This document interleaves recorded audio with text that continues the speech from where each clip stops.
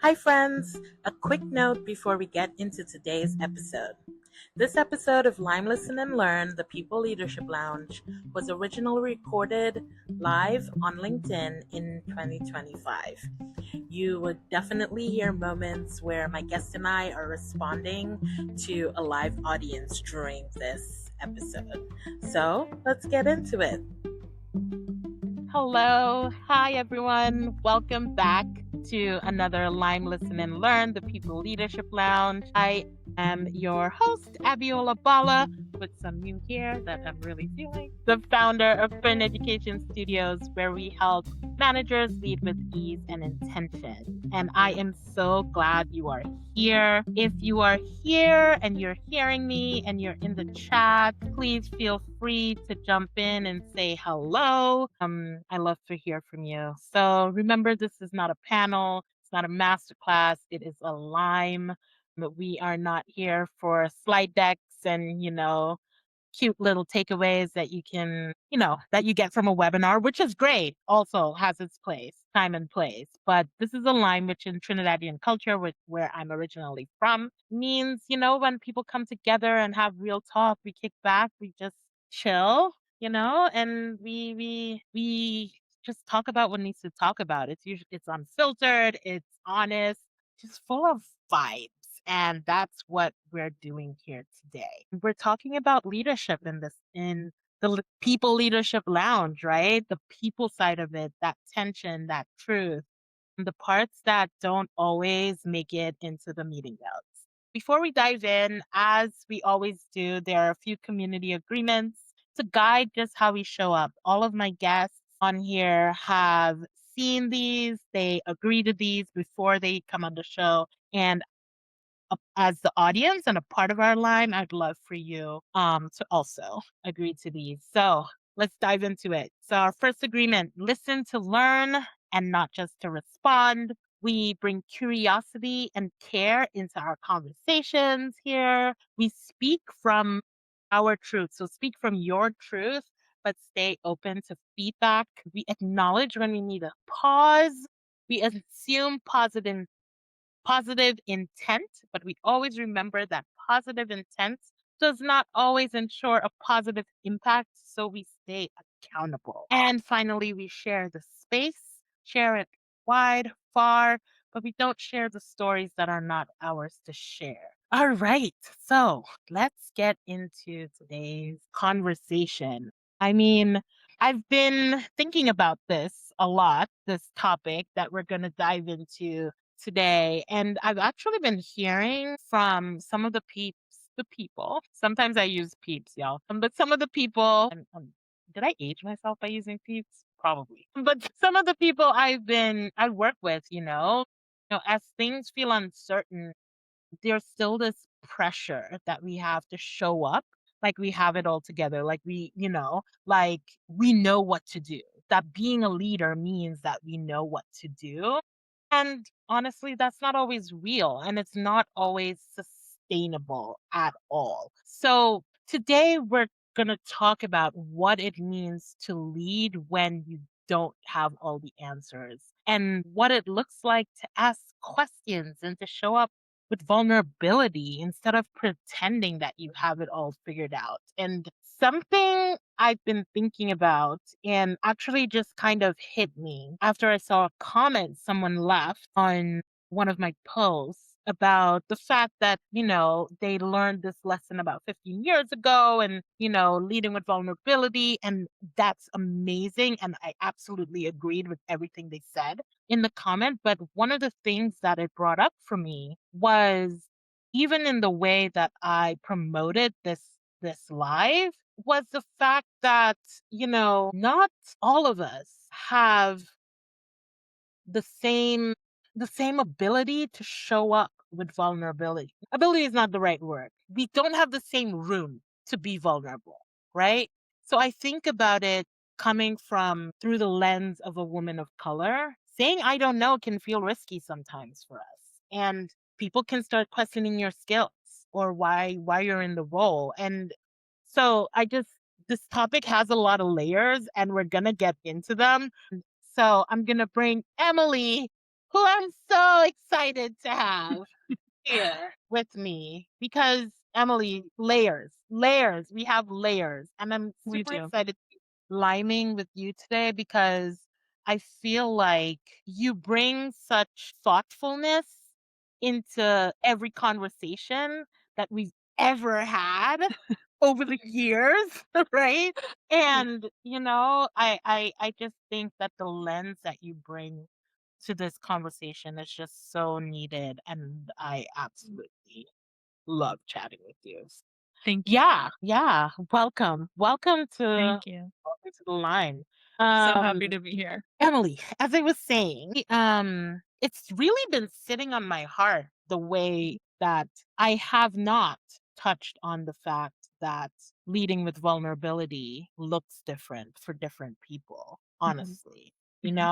And I think I wanted to just like throw it out there, right? Because Yeah. and I think I was telling you, in our prep beforehand that I I feel like this is I can only speak about this from my experience as a woman of color, right? So when I say woman of color, I'm not saying that that's because that's the only person that that that's the only identity that feels this, right? I'm saying it as this is my lived experience Mhm, and what I've been seeing, just and we'll say it out loud here, just like the term DEI hire. mhm, Who is it usually used for? Who have you seen it used for? And what does it actually mean? Like the standards are mhm, so different. So if we're saying, hey, leaders, come lead with vulnerability and say it, I don't know, and be open and honest, are we taking into consideration that well, I don't think I did take into consideration a little bit that it's different for people who look like me because mhm. it was different for me. But I Right. guess my brain was just like, "Oh, but that's so normal, so I'm just gonna go with, yeah, let's lead with vulnerability." Yeah, but I think that is You know? so compelling microcosm of Yeah. one of the main challenges that all of us, regardless of our lived experience or positionality, are grappling with in this people leadership role and just being a human in the Yeah. workplace and in the world, that there's so much that's been normalized and that a lot of what we are up against is the air we breathe. And so, even for someone like you whose work in organizations and with leaders is about Mhm. this, that was something that you hadn't considered. And so, that just makes me think about all of the great many Yeah. varieties of people who are likely also maybe having an aha moment right now. Yeah. And the thing about it is, it's not like I didn't know it, Right. right? Of I course. think it was more of that nuance. I don't know. Maybe I don't know what I'm trying to say here, but maybe I was just so excited for the conversation that I don't know why this is bothering me so much because I think I think I know why. I think because I'm very much about making sure people feel seen. And I feel like I put out a topic and I promoted Mhm. it in a way where I feel like some people didn't feel seen. And But some people probably yeah, go ahead. Sorry. and upon that realization or noticing or remembering, you chose to name it at the outset. Too. And that's what we do. I have to because I think it's so important because all of this is so nuanced, right? It's so nuanced and I think because yes, we need to show up with honesty, right? We need to show up as our true selves. We need to not let this be a performance. There's no Mhm. checklist for Mhm. leadership, all those kind of Right. things. And I strongly believe in that. But we also have to check ourselves too and ensure that I think it goes both ways, right? If a leader shows up with vulnerability, like let's say you're part of a team Mhm. and the your leader shows up with vulnerability, Mhm. would you feel differently if it was a white man versus if it was a black woman Mm. who did that? Would you describe them differently?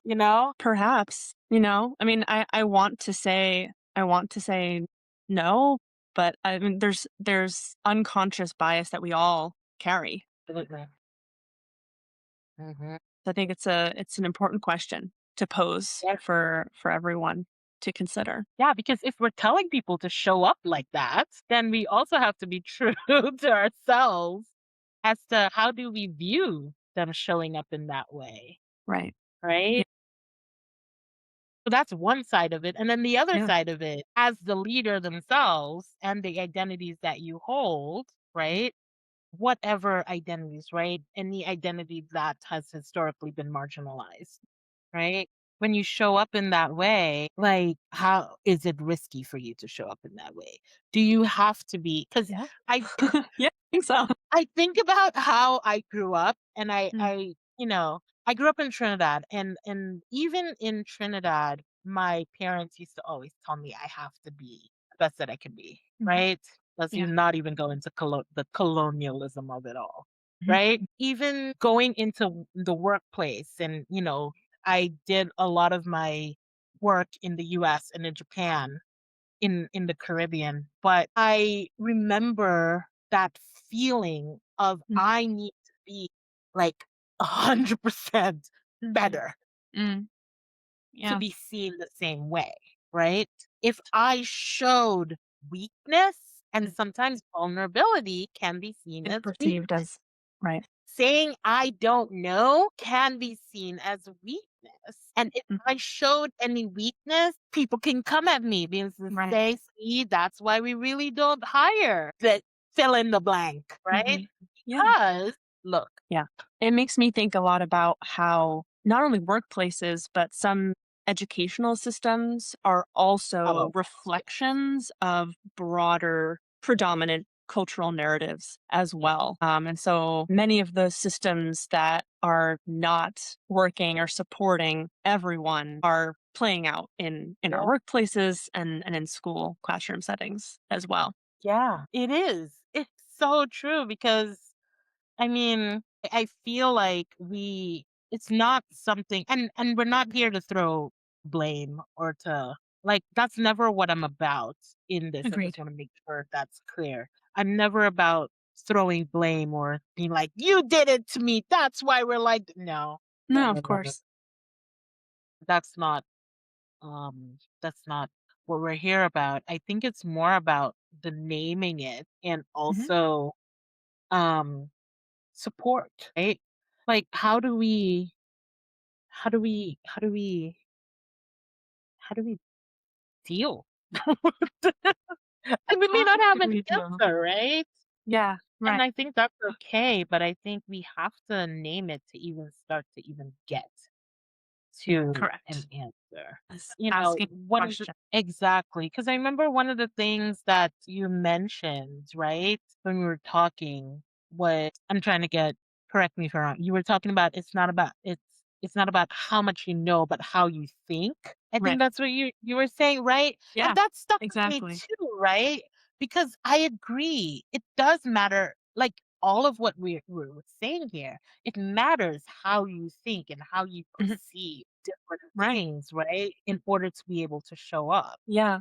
And I don't think thinking about my early educational experiences, I think as a highly sensitive person as well, how I perceived and experienced that environment was different than how my classmates Yeah, did. On that idea of whether it's your leadership is not just about what you know, it's how you think, but really like your value, anyone, whether you're in an overtly, explicitly people leadership role, no matter what role you hold, your value is not just what you know, but it's also how you yeah, think. But in yeah. school, that's not what it felt like. It felt like my No. value, the grade, my report card, my test score, my ranking Yeah, was absolutely and completely about what I knew and how much I was able to memorize and repeat back what I had been told, rather than, I think, perhaps what was intended, to develop a critical thinker, I think was yeah. certainly the objective in a school setting. But there are some challenges when teaching to a test. So, all of that to say, I think it starts really early. And then, a lot of us are bringing that with us as we enter the workforce. Listen, don't even get me going down that road about teaching for a test. Very long Yes. years of my life. Yeah. Because that's what we did. You taught for the test. I mean, you tried to teach like critical thinking and, we infuse that into our curriculum. But a lot of the times when they got to a certain grade, Mhm. right, we had to teach in order for them to pass the test, Mhm. right? Right. So the tests like the TOEFL and the IELTS and those Yeah. those language Mhm. tests, like they're very I used to tell my students, English is my first language, and I honestly think I would go into the one of those tests and I would not get a full score. Why? Because the test is not made Mm. for just casual, Ri it's looking for something specific, right? Yeah. So it's about Yeah. what you know, Yeah. right? Right. And It's not about how you think and express yourself as an individual. the different types of intelligence that Right. there are, and Exactly. how do those types of intelligences reveal themselves, Mhm. perhaps not in a timed sit down written exam, Right. perhaps. Perhaps not. Uh, Yeah, for yeah, many, right? For many. It's like right. it's just, I remember, and I'll get us back. I'm doing a little off, but I'm share along this. for the ride. I just remember that I had a student, that for them, the hardest part, even though they can speak to me fluently, the hardest part for them was sitting and speaking to a computer. What do So you make of that? their speaking scores were just trash because of it. Mm, mm, What do I make of that? It was just such a curated mm, experience for them, and it didn't feel natural to them, right? That yeah, they just for them, like, it took them so you get 90 seconds, right? mm, okay, So it yeah, took that's them stressful. about 30 seconds just to, like, wrap their head, like, "Now I have to Yeah, say something for this yeah, computer," the you know? pressure cooker of that Exact environment of being assessed and exactly. expecting the right answer, the one right answer right away Yes, as well. exactly. Yeah. One of the Also makes me think of some work environments. I was just about to say that too. I was like, Yeah. "We got there. We got there. We connected it." No, it does. I don't wanna look behind it, but no, it does, because Yeah. that's exactly it, right? Mm, Because you feel like you're in this space and you have to have that right answer, and if you don't, it's a reflection mhm, of who you are, about mhm, your ability, mm. right? Or And if that's what you we say, fear, "Yeah, that's what we or fear." that's what we internalize from Yeah, our the broader environments, yes, uh, when in absolutely. fact that it's not your fault. It's not our fault. It's not. Sometimes it's what we fear, and even going back to what we are talking about at the beginning, sometimes it is the reality Yes. of what happens, Yeah. which is unfortunate. Yeah. Well, and that adds a layer of exhaustion and unsustainability to an already exhausting role. Absolutely. I absolutely agree. And as we're talking, I think the one thing that keeps popping into my brain is, then, Abby, this is where trust comes in. Yes. Because I feel like if you are able to build that trust within your team, build that trust with your colleagues, Mhm, and to find that way, I feel like to be in a space where you feel like, okay, I trust that mhm, I can show up and say I don't know. And mhm. maybe that's one of the reasons, Emily, why that didn't come up for me too, because I have been having these conversations with people I trust and Yeah. people I know I can say things with, Mm, and they won't see me as anything, right? right. It's Right. like they'll take it as what I said. Uh, And the perception won't be like, "Oh, she's ridiculous." Sometimes Hardly. I am, y'all, but not today. But you know what I mean? Yeah. Like, Yeah. and I think I'm having epiphanies. I love it. I feel Grateful like to be here for them. yeah, I feel like the trust is a big thing. Yeah. And there's a whole, like, deep dive we can do on trust as a Mhm. topic too. And Sure. one of the first things that comes to mind is what it takes to build trust. Like, Mm, how do we even get there? yeah, Because that's very absolutely. challenging as well to build, to Mhm. maintain, to practice, Yeah. And in terms of a team, well, There's self-trust, which Yes. I talk a It's lot really good. about in my work. I'm Yes. I'm about that. But there's self-trust, first of all, and all the inner work that's involved in that. Then within your team, if we're speaking about the practice of showing up in vulnerability or in a way or in a situation that feels vulnerable to you, trust can often be built bit by bit.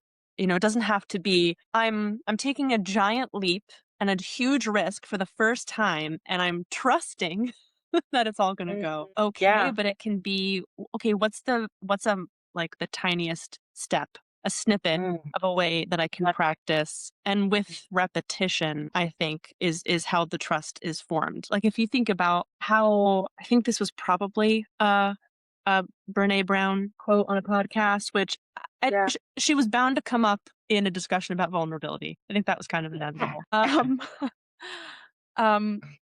I remember her describing trust, like, how do you trust a friend or someone that you've just met? Mhm. For some of us, I'm not gonna trust someone that I've just met right away, or I'm Right. not gonna trust them with everything fully right Yeah. away. There's probably a time period where we're learning each other and there are smaller, like, lower stakes opportunities Yeah. to demonstrate trustworthiness and build that rapport together.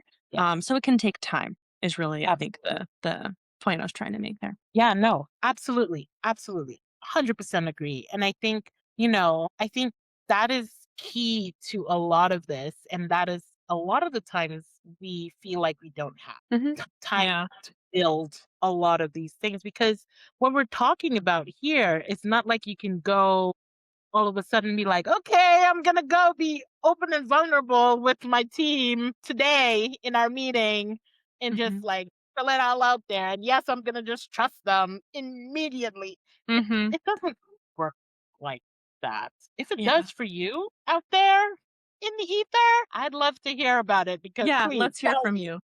I know. Because please tell me I if want it's me too. I want to be Yeah. you when I grow up. Use I statements does not work Yeah. like that for me.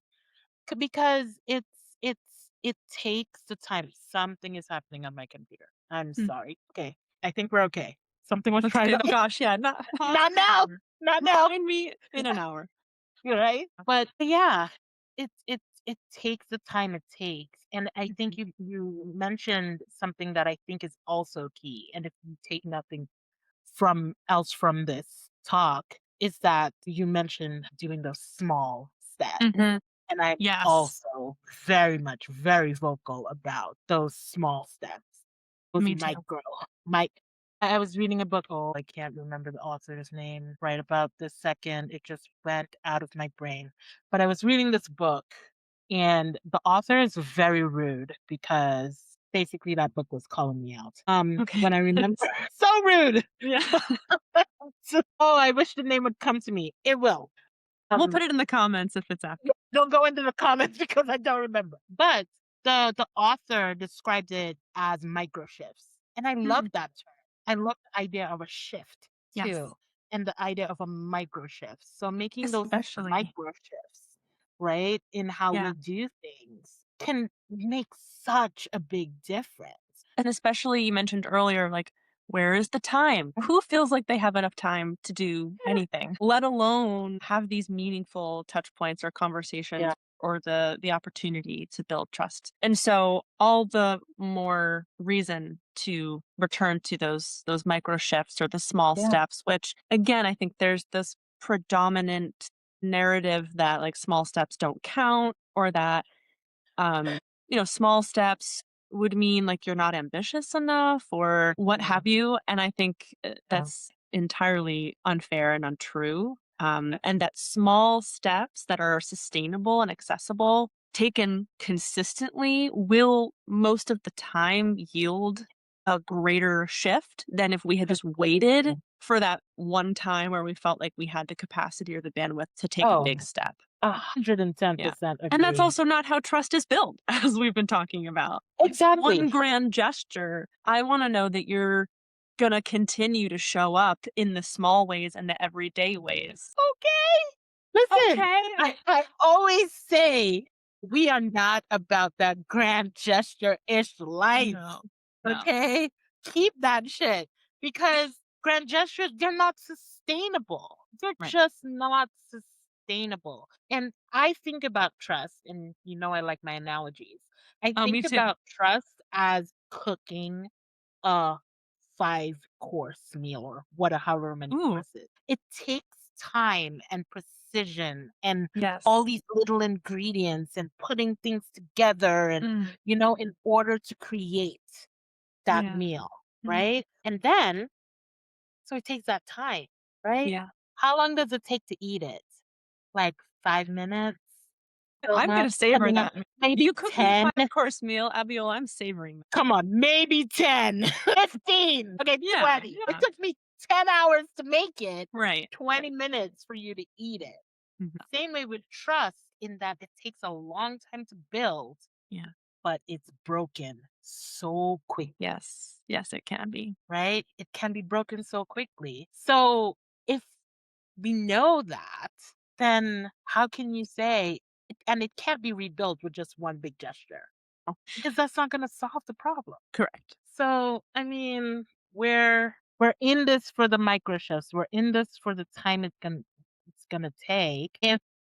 If that's the case, if we're building trust over time, then you becoming a leader who is able to lead with vulnerability, is able to lead with I don't know, who's able to do these things. That's going to take time too, if that is not something that you're able to do right now, right? Yeah. Because I feel like a lot of people, me included, when we hear a lot of these things, and which is why I said that woman in the author of that book was rude. Like, because I'm like, yes, I want to do this and I want to do this now. Yes. Yeah. And I also feel like, crap, no, I can't. Right? Mhm. It's like you feel this kind of, did I fail? Did I, No. am I not good enough? Like, am I, No. all these little, But that's these another little thing I voids, think. right? Yeah, those that inner monologue that you just started Yeah. sharing, that makes me think of another thing that we lose when we don't permit ourselves Yeah. to not have all the answers. Yes. Um, we lose the ability to be a beginner. Yes. We lose the ability to try new things. Mm. We lose the ability to experiment, Yeah. to ask questions, to think Yeah. critically, even Yes. questions like, why do we do it this way? Oh, yes. I mean, it Yes. can be sort of simple questions like that Yeah. too. Not Curiosity, only, right? yes. And not only does that not serve you as a leader, but it also doesn't serve your team. Right. So I think also about what your team then misses out on, who they might have an eye on a leadership position Yeah. and think perhaps, if I don't have all the answers, then perhaps I'm not qualified. Right. Or maybe it feels like a leadership position is not accessible to them or something that Yeah. they can step into. But if we're creating space for people to be a beginner and try new things and experiment and perhaps fail, but inevitably learn something, then we all benefit. It absolutely. I 100% agree with you. Joanna, hi. Hi, Joanna. I appreciate your input in the chat. A leader is comfortable being the one that knows the least in the room. That's how we grow. Mm, I appreciate that. And that is how we grow. I think about what are we, those of us in a leadership position, what are we modeling for our teams and our peers? What is the example that we're being? And Absolutely. something that I think about as a North Star for who I am in my work and in the spaces that I'm in, I want to be an invitation Yeah. for others. Mhm. I want the way that I show up and the risks that I take and the things that I'm willing to say out loud to be an invitation for other people to be honest and live authentically and do the right thing. Yeah. So I think I'm- I have Yeah, of course. No, I hope everything is okay. Um, Let me think about another thing that I'm thinking about on this topic is that when we've been talking a lot about having all the answers and and the I don't know space is that there is also a bit of in between there too that we haven't touched on a lot yet, which is I don't have all the answers, but here's what I do know. And then inviting more input from the folks that we're in collaboration with. Yeah, Joanna, let's you and I chat. um, Secondly, I think when we're talking about the not knowing, that it's not only the functional knowledge of the business, the functional area, the work that we're doing, but it's also not making assumptions about our team, what our team wants, what our team needs, um, and trying to be a mind reader for them. Um, Hi, Abiola. I see you have returned. Is everything Y'all okay? wouldn't believe. That was my transport to the airport. Oh, okay. Not till Saturday they got the day wrong. Oh my So goodness. that's why they kept calling and calling and calling. Of course. They think you got a plane to catch. I know. And I'm like, it's the 26th. Sorry, now y'all know when I'm leaving. No. Oh God. Well, I'm relieved. But thank you. Thank you for keeping the conversation going, you and Joanna. I wasn't able to hear, but yes, please feel free to continue and I'll jump in. This is what a line is, y'all. Yeah, yeah, we're in the lounge. Two things that I Yeah, mentioned were that when we so far we've been talking about the knowing or having all the answers and the yeah, I don't know as if they're those are the only two options. And I think there's a spectrum that we can inhabit as leaders, as people, yeah. where I don't have all the answers, but here's what I do know, or Oh, I so. don't know about that, but I do know about this. And what Mhm, do you think? And then the second thing, see which one you might want to pick up on, mhm. is that when we're talking about the not knowing, it could be a something about the functional work, the department, the business process, Yeah, the work yeah. itself, but it also might be related to assumptions that leaders feel like they have to Mhm. make in Yeah, order to be supportive. Like, yes. I see so often there's such good intention to be there for your direct reports and anticipate their needs as if, like, being a mind reader and Mhm, anticipating that is somehow better or preferable or makes you like a better leader than someone who just says, hey, how do you prefer to be recognized? How do you prefer mhm. to receive feedback? What Yes. are your career goals? Do you want to grow? Are you Mhm. happy where you are? What do Yeah, you most enjoy? I see you really excel at this, but do you actually yeah, like that? yeah. And then of course just generally how their people are thinking and feeling. Absolutely.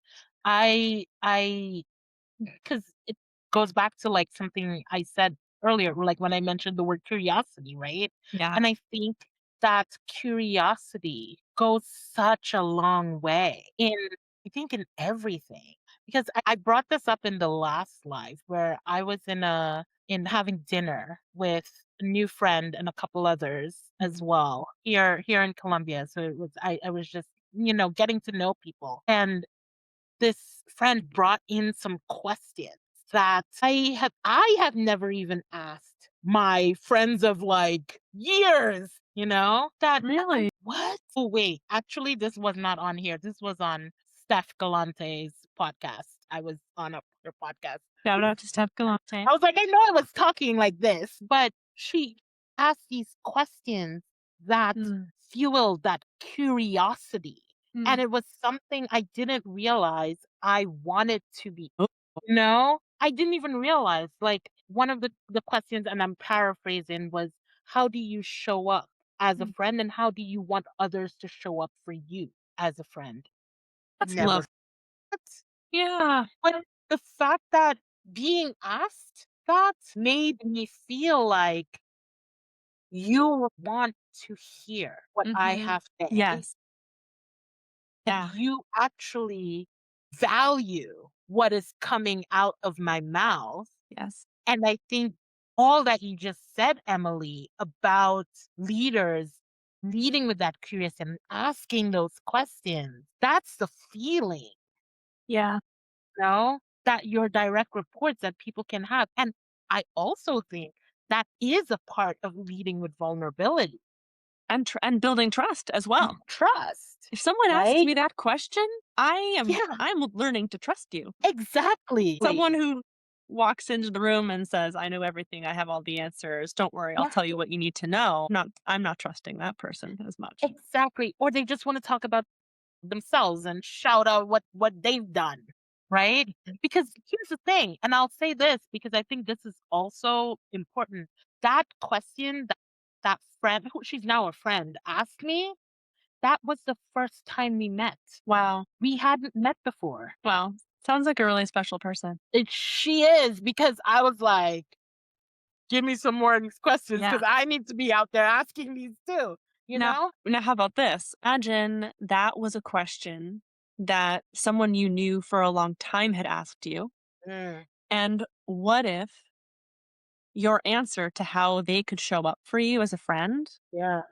was different than how they've Hmm, been showing up for you as a friend? hmm, So the reason why I'm sort of yeah. wading into this like hypothetical situation is I'm Yeah. thinking about in the workplace if Yeah. I'm a leader and I'm asking questions of my team, if it's seemingly simple enough as how do you prefer to be recognized or how do you prefer to receive feedback, if the response that my direct report gives me is actually prefer it another way than you've been doing it, there's the risk that a leader could take that personally or feel like they've failed, or it just opens the door. Questions Yeah. open the door to feedback. And Yes. unfortunately, there are many Mm. workplaces where there's not a healthy culture of Oh, feedback. a So a perhaps 100%. that's part of what makes it so challenging.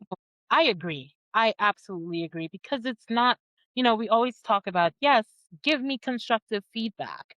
Tell me how you feel, but are we Mm, really able to take it when mm, people do give us that? Because those defense mechanisms mm. come in Yeah. at that time too, right?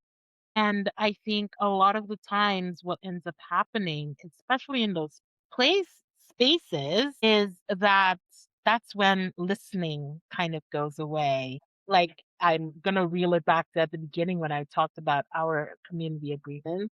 I was just We thinking learn to learn and not just to not res- respond. I think that's that part. If we're if someone who I've known for 10 years asks me that question, or someone who has been my boss for the last like 5 years or whatever, Mhm. asked me that question and I gave them that, my hope is, or if it's the other way around, right? I hope that, they or myself would take it in a way of me listening to learn Yeah. and not just respond, my defensiveness making me respond, because I think Yeah. that's what it is, right? Our Yeah. defensive, like, we're like, "Oh, but I did it this way because, but actually I said this to you because," you know Right. what I mean? Right. Like we initially, that's what's going through our brain. Again, I statements. That's what's Sure. going through my brain a lot Yeah. of the time when something like that happens, right? Mhm. Mhm. And yes, to what Joanna just said, some leaders are consciously or subconsciously looking for, it should come up, validation in feedback, right? There we go. Mhm. There are some who are, they're looking for that validation. Yes, tell me, but only tell me the good thing. But I think all Kind the of more thing. reason for a healthy culture of feedback, I think, is one where all types of feedback Mhm. are freely shared in all directions, and that Yeah, includes the positive reinforcement of the things to yeah, keep doing that are going well as well, and that those doing that can also be a way to build trust because it says, yes. "I see you. Hey, Yeah, I see you, individual, doing this specific thing in your way, and it matters." That goes a yeah. long way. And I'll even double down on it and say that goes both ways. I think leaders want their Yes. direct reports to say, I see you. And Yes. see what you're doing and I see that what you're doing is going a long way too, you Mhm. know? And I think sometimes Absolutely. we forget about that, right? That we feel like it's just the onus is on us to do everything right and that will make the team run smoothly. Mhm. And I think that's why it's so hard to say, I don't know, and to be vulnerable, right? But there's no I in team if I want to be corny about it.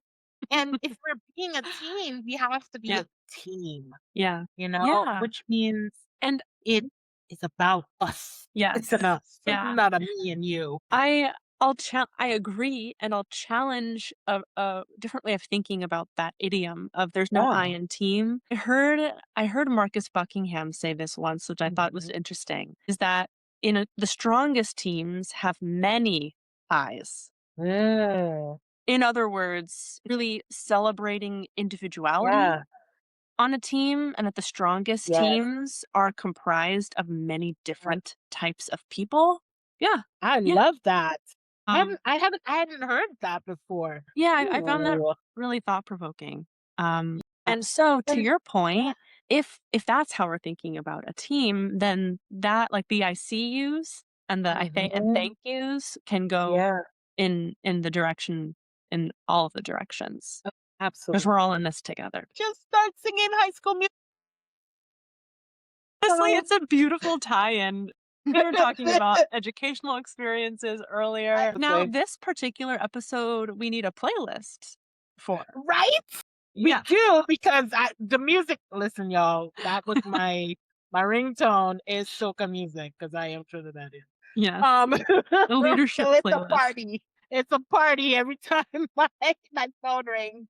I'm here for it. Um, but no, I mean, I love all of this, and I think I love that quote that you just mentioned. You said Marcus Marcus Buckingham. Buckingham.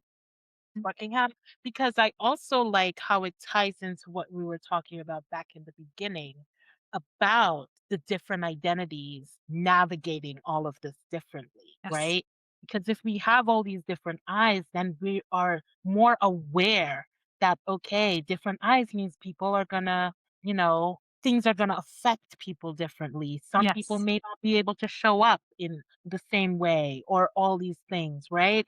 Yeah. And I think that's it's so important, and I And even when a leader feels absolutely confident and absolutely certain, doesn't feel yeah, that they are vulnerable or that they, don't know anything. Even if you have that certainty, this way of thinking about a team encourages, okay, here's what I think. What do you think? What are you seeing that I'm not seeing? yeah, What corners do you see around that I haven't gotten to yet? Or yeah, what from your past experiences or your expertise exactly, that's different from mine, what would you add that I haven't thought about yet? exactly, exactly. Because I feel like that's what vulnerability opens us up to, right?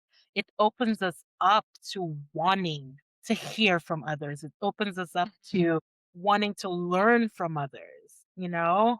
And then it opens us up to that, I keep going back to that curiosity, right? And Yes. also to like going with what Joanna just said about what she's learned as a leader, it's that empathy, right? And I'll Mhm. read it out because um Joanna said one of the best skills I've gotten recently as a leader was becoming a volunteer on crisis text counselor. Listening and having someone have the floor is a skill that has helped me in business and in my personal life. Yeah. To see my 3-year-old granddaughter, who is a cutie, feel heard.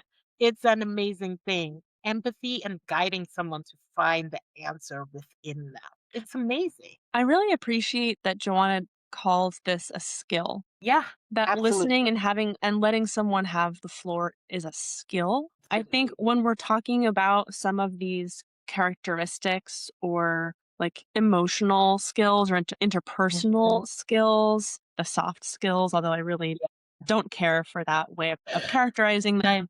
Great. But so often I think that those are put into a category, I think falsely or mistakenly, as like character traits that you either have or Mhm. you don't, or like that's who you Yes. are or you're not. And I Yeah. think it can actually be the case, as Joanna said, that we can develop these skills, and that having an awareness of where we're at with that and how naturally it comes to us, how practiced we are, can be, just a place to start. Yeah, absolutely. Absolutely agree with you on that. I think it's definitely that skill. It blows my mind how much we don't see these as skills that we can learn and we Mhm. have to practice, right? Yeah. And I think that's why I do the work I do too. Because I always say like I don't deal with the technical side of Mm. leadership, right? I deal with the people side. And because that also takes practice Yeah. skill, like dealing with those social dynamics, Mhm. right? It takes practice. And there's Absolutely. nothing wrong if it takes practice. If you need someone to coach you through, to help you through, if you need someone to unpack with, right? Yes. There's nothing wrong Yes. with that. And I And think what if sometimes it's people feel like that it is, you know? yeah, because what if it's not a personal failing? What if it's a systemic one? Well, When it I'm goes gonna back. flip my hair in that one because yes, Yeah. okay, and Yeah. absolutely, absolutely, you know, because I know. that's where it is. That's where we're at. But I also need to be mindful of time. Yeah. I think we had this was definitely a line. For Um, sure.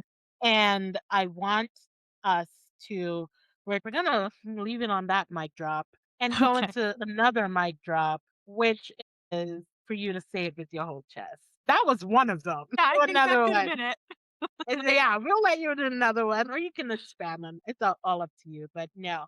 Okay. For those who don't know, this is the segment where I let my guests have the floor, take the filter off. Well, the filter's been off from the beginning of this, but even more so, and say the things that need to be said. The only thing I ask is please don't get us kicked off like this. I will do my darndest. Okay. Well, the thing that I would like to say with my whole chest is that astrology belongs in the workplace. And I say that as a way to challenge or reconsider what it means to be professional and Mm, also to reflect on what and who gets taken seriously at work. yeah. I hear often of astrology like, oh, that's woo woo. Mm, But I wonder what is that really saying? mm, What do folks really mean by mm, a comment like that? What are they mm, really dismissing and who are they really dismissing? What are they really poking fun at? And what if that level of critique or skepticism were directed toward the status quo instead? yeah. So there are two important points that I want to make on this Go is for it. that astrology acknowledges the lived reality that your work and your life are not Mm-hmm. distinct. It's all your Mm, life. And yeah. astrology in a professional context addresses a core experience that many people are having right now, regardless of life stage, field, Mm-hmm. industry, role, which is Yeah. that there's a version of themselves that they feel they have to be at work. And then there's a version of themselves that they get to be the rest of the time. And there is a Mm, core desire or need to integrate those selves and to feel a sense of integrity and yeah. authenticity. So, okay, that was number one. Number two, I also believe that you are the authority on you. And Yeah. astrology is a tool for self inquiry that strengthens one's Mm, sense of inner authority and self trust. mm-hmm. There are other widely used tools and assessments out there, Yeah. especially in the workplace, like Clifton Strength, Standout, Right. Hogan, maybe Yeah. Myers Briggs, Yeah. that are often, I've found, presented to employees as like, this will tell you who you are, as if Mm-hmm. they know something about you that you don't, or as if the Mm, information that you, employee, professional, are looking for about how to find meaning, fulfillment, yeah. enjoyment at work are answers outside of you. Like, I just believe that's inherently sort of a problematic philosophy. You Yeah. are one of a kind. And as we've talked about, there are many educational or workplaces, environments or workplaces really promote standardization Mhm. even with the best of intentions. What we Yeah. internalize from a lot of those experiences is the implication that there's one right way to be Right. successful or one right way to be a leader. And Yeah. too often, individuality is not acknowledged, or even in some cases it's discouraged. I will pause atop the soapbox and I'm think I am I'm listening and I'm like, I don't know. It's not that I'm against it. I'm not because I'm all in on my Scorpioness. But I'm also like, is I guess my question because you brought up like the Clifton's strengths and the Myers Briggs. I'm like, is this in in line with like human design, right? Like how Mm, people do like there one on I don't it's your like are you a projector or this or that? yeah. Like Yeah. is it are you saying it's in line with those? Is that what you mean in its use Yeah. in that way? I think of astrology as a lens for self inquiry that functions like a mirror. And like any mirror, right, you can choose to look in a number of Yeah. mirrors, a number of lenses, Yeah. whether that's astrology or human design or the tarot or Yeah. the more traditional ones that you see at work. I think no one reflection is the definitive you. Right. And that goes back Yeah. to my point that like you are the authority on you. Yes. And why I really enjoy and appreciate astrology is I have found it to be one that really promotes an integrated understanding of myself. Yeah. And that has been incredibly helpful with as I consider what are my strengths, what do I enjoy, where do I find meaning and a sense of purpose. These are all sorts of questions that Yeah. folks come to career coaches to explore. Exactly. And I think it can also be because those type of inquiry is not happening at work or not Yeah. to the extent that it has proven helpful or resonant for folks. So I'm merely here to say Yeah. I think there are other tools available to us. Ah, Don't rule it out. And if you're someone that's skeptical or is like, none of that woo-woo stuff, I would just get curious. Like, what is it that we're really discounting yeah. when we have thoughts like that? Exactly. No, no, no. I can't hear You're you for getting some me reason. there. Huh?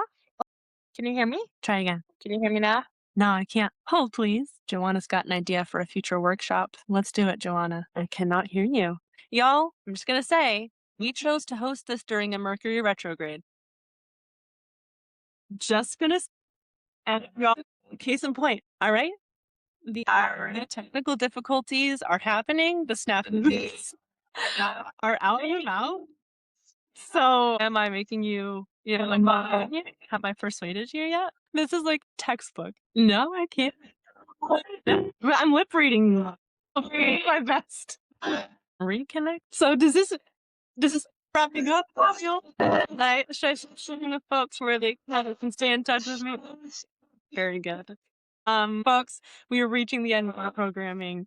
And to stay in touch, you can find me on Substack, where I write a free weekly newsletter with career guidance that challenges conventional wisdom. And you can always find me on Instagram as well at selfovershould. And I would love to be in touch with you. Let's keep the conversation going. No, ma'am, I cannot. I guess we're calling it.